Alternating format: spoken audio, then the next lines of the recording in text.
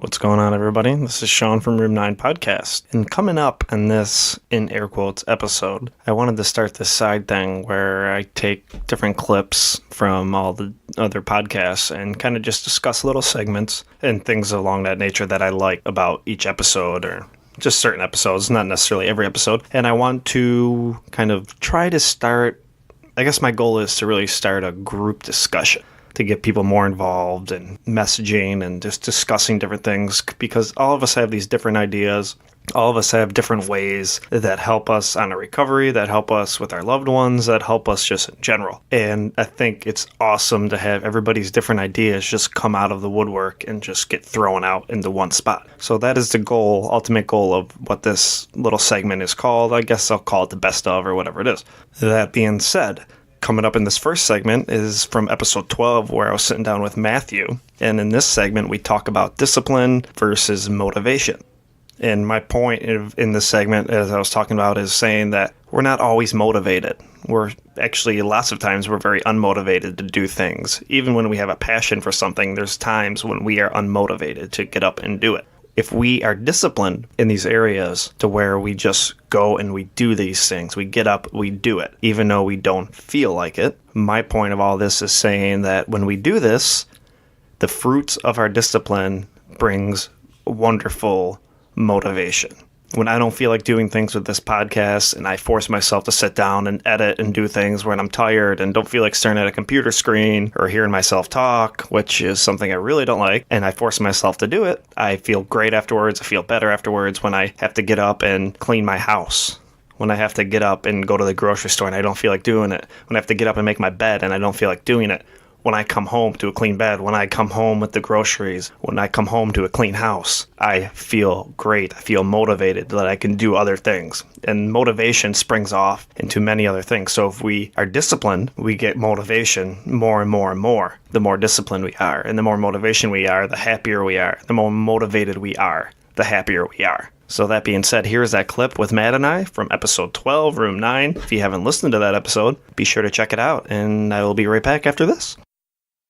Motivation, I feel like, is unreliable in general. I feel that discipline in replace of motivation is what really gets things done. I always wait for motivation to fade away. Like you said with this podcast, we talked about waiting. And I think being disciplined in something, saying I don't feel like doing this, but I'm going to do it, in return creates motivation. But I also feel like you need that, going back to the reward system, of something you feel that is productive, that you enjoy doing as well, to find that balance of things. If I can be disciplined to going to McDonald's and working all the time. I'm never going to have motivation to go work at McDonald's. Who the f*** wants to work at McDonald's? Nobody. And that's why you get nobody who can really hold a job at McDonald's. Right, because that's not what you're there for. Yeah, it's stupid. So you need to find that something where if you stay disciplined enough in it, motivation, I don't know if this makes any sense, but motivation will continuously be created. By reward. By reward. I like that. Mm-hmm. That's right. All right, so there you have it. The first clip from episode 12. It's the one with Matthew and I, titled Defining Addiction. So be sure to check that out on the website or your favorite podcast listening platform. It's definitely like being reminded to just force myself to stay disciplined in things, whether it's even with yoga. I find I feel better when I do these things, and I feel more motivated as I stay more disciplined. So, just a little food for thought. And make sure you comment. Let us know what you think about it. Tell me I'm wrong. I don't care. If you think I'm wrong, then I'd love to hear why you think that and whatnot and what have you. I want to hear people's different ideas. This next clip from episode 13, where I sit down with Paul and Jackie Thompson, which was up to date, probably my top 2 episodes. My top 2 favorite episodes, I should say. And in this segment, we are talking about family education and addiction, I guess. They were discussing how during their son's addiction, how they really started educating themselves, and that's when they were able to start setting up healthy boundaries and stop enabling him, and just so many different things along that nature. So check out this one, listen to it. I mention a part in here where it's kind of not really a cliche saying, but you hear it a lot. You don't ever have to pick up a drug in order for addiction to flip your world upside down. And it's huge. As an addict, I did not realize how much I pulled my family along with me through all this dark and terrible, crappy times of pain and misery and selfishness, my family was right there with me. And although they weren't using heroin, they were right there with me, feeling the pain and the agony, because it sucks to see somebody you love in so much pain and just destroying their own lives. So check this out. This is another clip, episode 13. And in the meantime, we had gotten more involved with Save the Michaels. Mm-hmm. They were doing like educational classes for family groups, for families, parents and all, learning about boundaries, all that. We went to family support meetings with Colleen Babcock through Horizon. We went to our Narana group. I mean, we were busy. You guys were going to doing more meetings than he was. Yeah. But it was good. It was good. He worked on his recovery and we worked on ours. And it was a good mix. I think it really was. I think that's a necessity. Yeah. I think that if anything, yeah. Families, getting involved, but educating themselves too. Oh my gosh, it's so big. Yeah. I think it's so big because they have that it's another kind of cliche saying, but that saying of you don't ever have to pick up a drug in your entire life to have it totally flip your world upside down is such a true statement. Yep. Because you guys are going through it just as much as he is. Yeah. My parents, my sister, girlfriend, family member, they were all going through it too. Because they all had that psychological warfare going on. Do I kick them out? What do I do? How am I supposed to handle this? How am I supposed to react to this? Mm-hmm. How do I help him, support him, but not enable him at the same time? And all these things are just the what ifs, the what should I do's, and to be able to educate yourself, I think, as a parent or family, whatever it is so huge. It's huge. To have that mix. Yeah, so once again, I feel it's so important as a family member to make sure that I'm educating myself and really trying to understand what addiction is all about and how people react with it and how people do with it. And I think that's the number one thing as a family member you can do. And as an addict, I think it's important to remind ourselves constantly that we're not in this alone, that the pain we're feeling, our family members are going to feel. The shame we feel, our family members and friends are going to feel the shame just so much with us. So talk about it and don't forget the pain you caused not only yourself but the loved ones around you. I think that's super important. And education and just remembering our story, remembering where we came from, constantly reminding ourselves about what it was like to be in the deepest, darkest grip of addiction and never to forget that. Because we tend to forget it as addicts. Number one thing I've heard from people about relapsing is over and over again. They got cocky, they got overconfident, they thought they had this, and they forgot about the darkness. They forgot about the pain, and somehow, some way, they only remember the euphoria.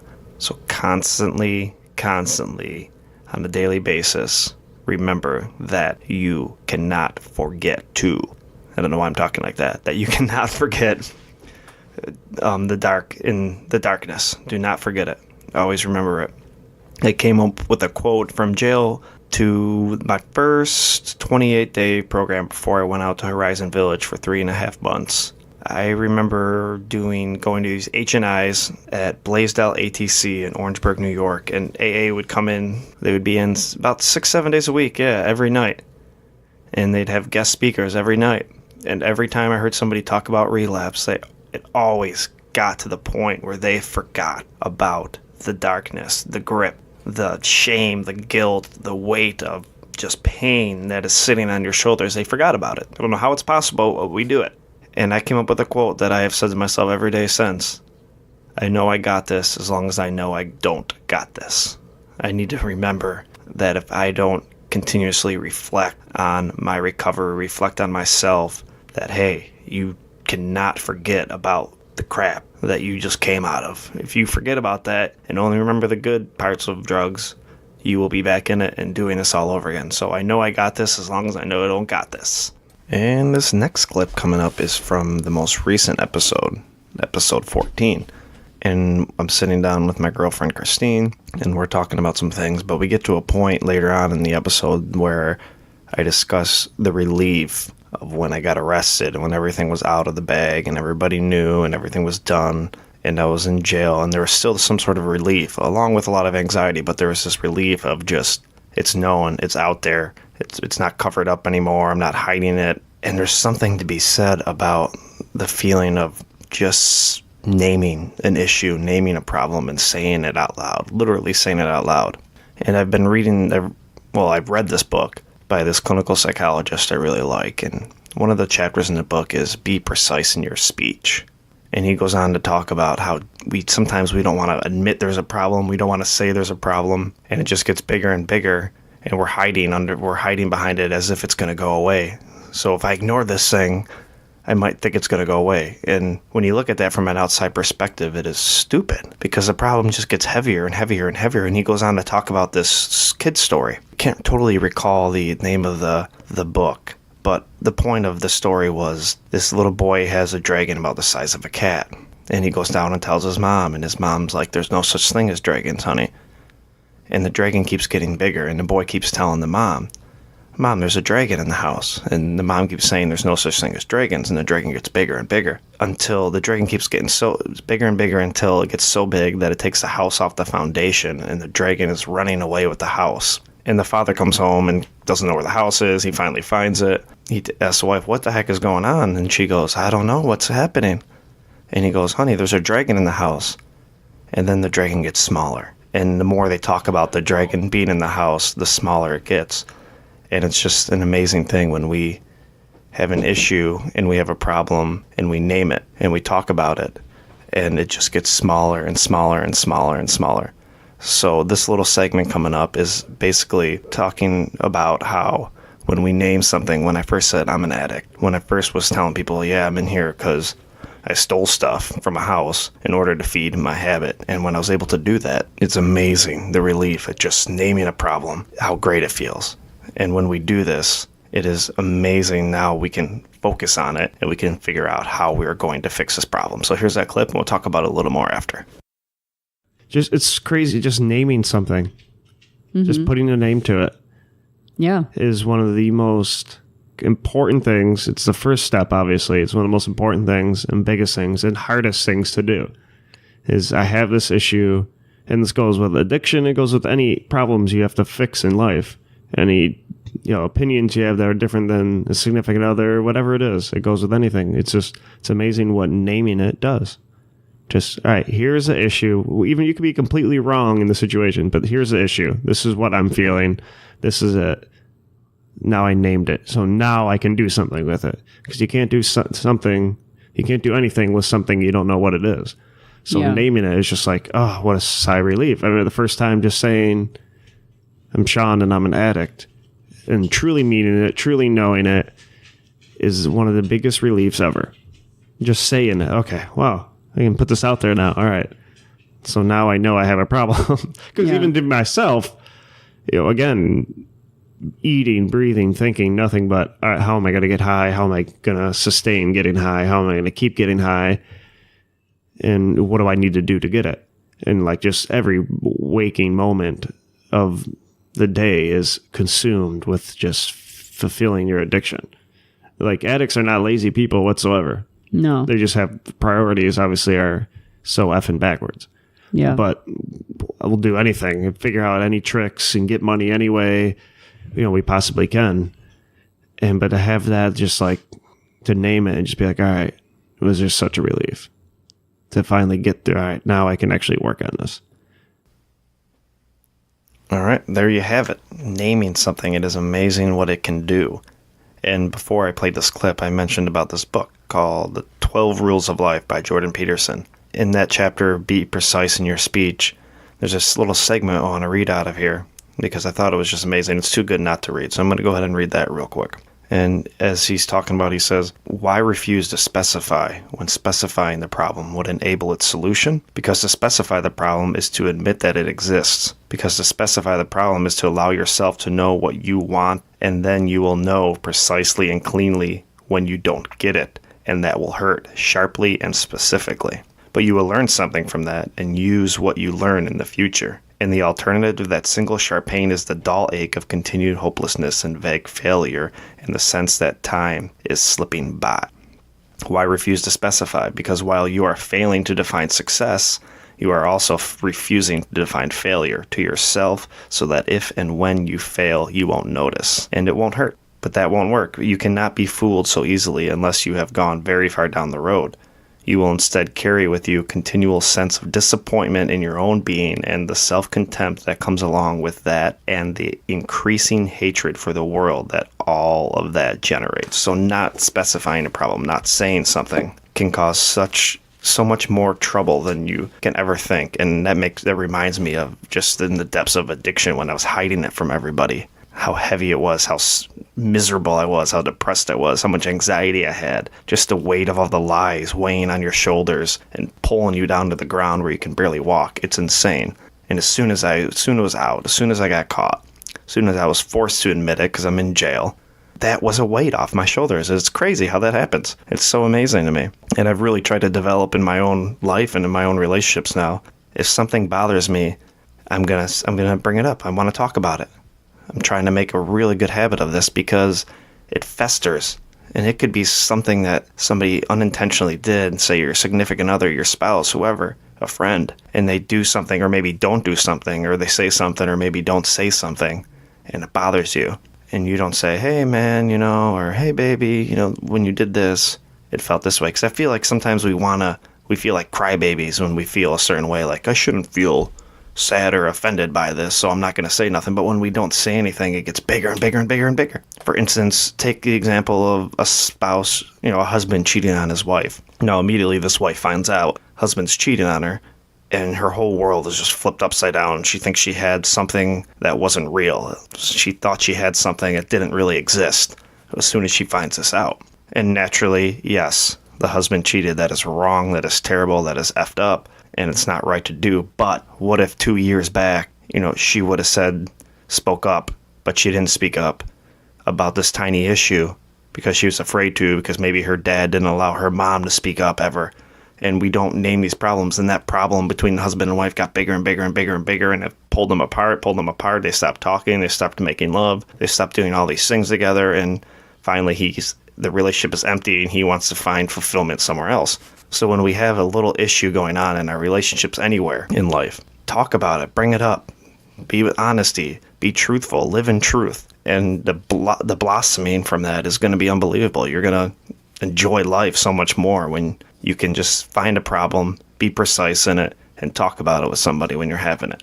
And even if you're feeling like, oh, I'm being a baby over this, forget about it. Just do it. We got to do it. It's something I try to continuously apply in my life, and I fail at it a lot, but I've got to get better, and that's the important part, that we get better and better and better and better. So be precise in your speech.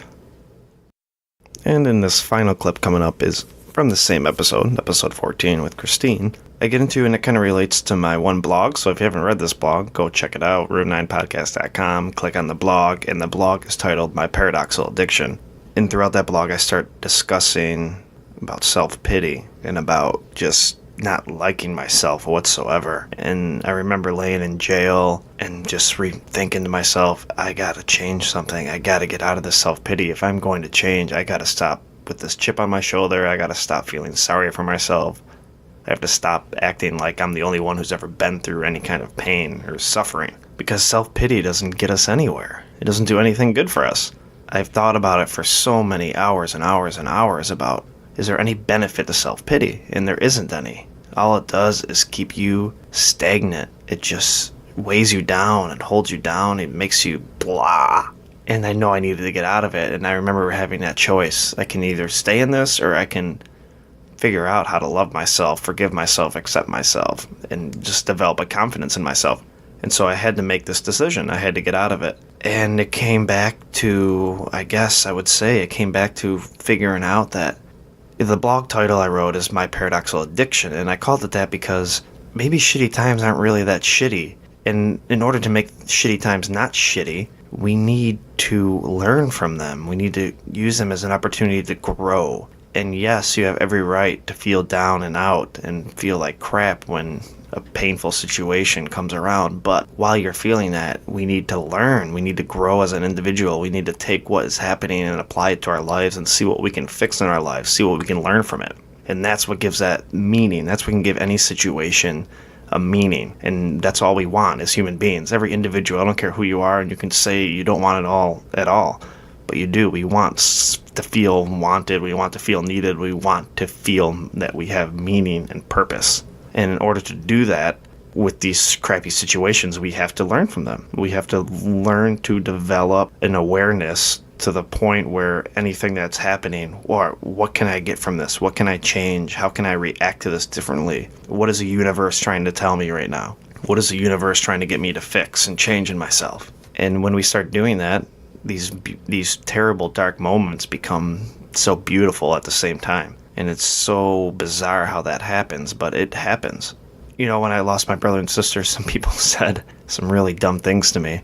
And growing up, and as I've gotten older, and I reflect on those, and I put myself in their shoes, and I think, what would I say to somebody who's going through troubled times? And the only things that I can ever come up with are two things. One, do not forget to cry. Do not forget to weep. Don't ignore it.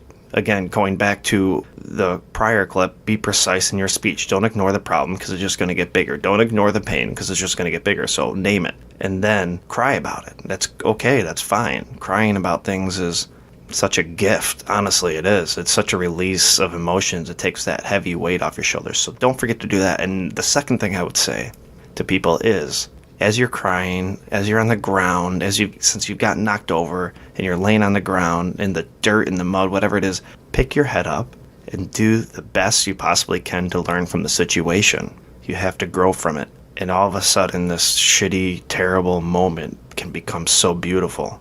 And so check out this clip real quick.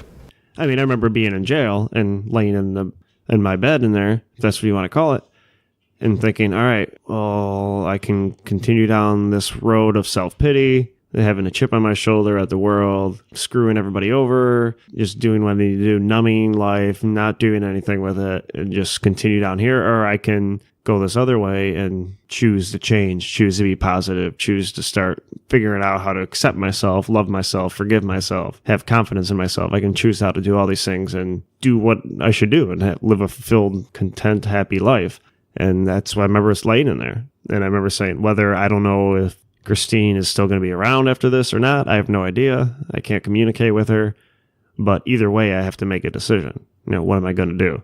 And obviously, you know, I had to choose, and I chose, and here I am. And to kind of, again, make this towards an uplifting thing, it's been a necessary journey for me to really, I feel like a totally different human being at this point. Like, I don't even, like, looking back, I'm like, I have no idea, even before the heroin and pills. And again, that was from episode 14, the most recent episode. It was something I had to develop to really get out of a self-pity mode and really start loving myself and realizing that I do deserve to be accepted. There's a couple things, but one of the things too was I knew that after all the crazy crap that I did and people were still loving me, people were still there to support me, that I knew there had to be something down there that was deserving of acceptance and love and forgiveness and all these things. And so that kind of made me start thinking in a different way. And then I realized that even like when you spill a glass of water or knock over something, and we talk to ourselves out loud and be like, oh, Sean, you're such an idiot. And learning to like stop talking to yourself like that, because your ego will hold on to that. And then if you say it enough, you'll start identifying with it. So I learned to really just stop when I would say these things and try to really become aware of when I would say these things and change it and flip it back around and saying, no, you're not an idiot.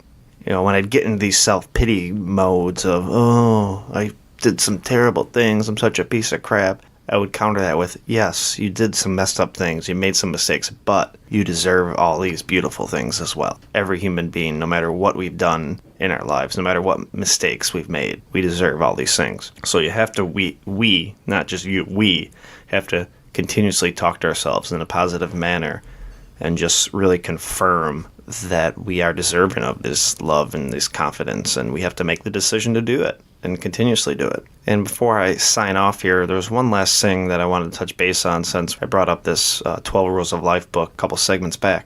And there's another chapter in there which I think was awesome, that is super important, that is titled Compare Yourself to Who You Were Yesterday, Not to Who Somebody Else Is Today. And that chapter got me thinking a lot about how we're constantly comparing ourselves to everybody else and everything else. And we have to learn as we're growing as an individual each day. If you're putting in effort into being a better person and working on things every day, there's going to be slow but constant improvement. And so if you're comparing yourself to who you were yesterday, then you will be able to see these things in the growth. It's a constant checklist you have to go over and over and over again. Because as we change things, as we get better with them, and we're doing them on a daily basis, I find that I tend to turn that thing that was bad and I made it good. I tend to turn that into an expectation. And when something becomes an expectation, it's not like you don't feel that it's a growth anymore. You don't feel like it's something you've changed. It's like I've changed this and I'm doing this now over and over again. A year goes by and now I expect to do it. And you forget that it's a change that you made. So if you're reminding yourself constantly of all these changes you're making, you don't allow them to just become an expectation. You are constantly seeing the growth in yourself. For instance, I get up every day for a year and I make my bed every morning. My bed's made. Every time I come back home into my room, my bed's made. And I forget to do it the one day. And you get so pissed off at yourself. You get so down on yourself. Oh, come on. How did I forget to make my bed? What the heck is wrong with me? And I don't know why I did the redneck voice. But it becomes like this expectation. And we forget, well, I've made my bed the last 365 days. And on day 366, I didn't make it. And now I'm pissed off at myself. And now I'm a failure. No. That's not how it works. We're going to screw up. We're going to make mistakes. And we have to constantly remind ourselves of all the things that we are changing all the time. So do not forget how far you've come. Don't look at, oh, this guy's had 20 years sober. I only have 8 months. But 8 months is you were at 4 months before.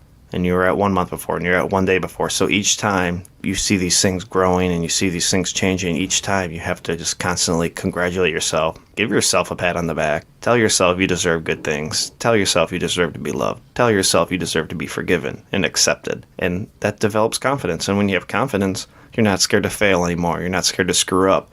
And you're just going to continuously learn from these things. So do all this crap. Thank you for listening. Hope you guys enjoyed this little segment. Give me some feedback about it if you liked it, if you didn't like it. Let me know. Something I kind of wanted to do once or twice a month. A little shorter than most episodes and everything else. So I hope you guys loved it. Room9podcast.com. Get on our contact page. Sign up for our emails so you know when new episodes are up, so you know when the new blog's up. And I think that's it. What else have to say? Oh, our support page. Our support page is up. And we kind of, I hate asking for help financially, but in order to stay on top of things, I'd like to start advertising more so more people can hear this message and it can get out there to people. So if you could check us out, if you have even $1 to spare, room9podcast.com and the support page, you can donate, help us out. There's a huge letter there titled Letter to the Donor that discusses how our finances are handled. And that is actually by Christine Glavy, who's a teacher. She is not an addict, and she has total control over what I spend the money on, what I'm going to be using it for. So in order for me to get any pennies to spend for Room 9, she has to know about it, and she has to be there in order for me to be able to use it. And her email's there, so if you had any questions for her about anything, you can email her. You can also email the show if you have any more questions about things. I can give you more information. I am in the process of putting up an account balance page on this connected to the support page with receipts viewed and where all the money's going, so everybody knows. Because when I put myself in the shoes of somebody who is listening to this, well, I don't want to give this addict money. What the heck am I going to give this addict money for? So I realize how ridiculous that sounds. So that's why I developed accountability, essentially, is what it is. So that everything's there and people can know when they give to Room 9 that it's going to help spread this message and give strength, hope, encouragement, and everything else that the show, I'd like to think at least the show does for lots of people. And as we grow, we're going to need it. It's going to help. I would eventually, down the road here, like to be bigger. Obviously, that's the point of all this show is to grow and grow and grow and help more and more and more. So thank you for your love. Thank you for your support. Thank you for your encouragement. All those little messages I get on Facebook or through a text or whatever it is, on Instagram, the encouraging words help me more than anybody ever knows. And it seems to happen every time I'm down and out, every time I'm a little bummed or I don't feel like doing something for the podcast. My discipline and those messages really, really help and keep me motivated and keep me going. So I love you guys. Thank you for listening. Hope you enjoyed this segment and look for a full new episode coming up next week, Monday the 18th. All right, later.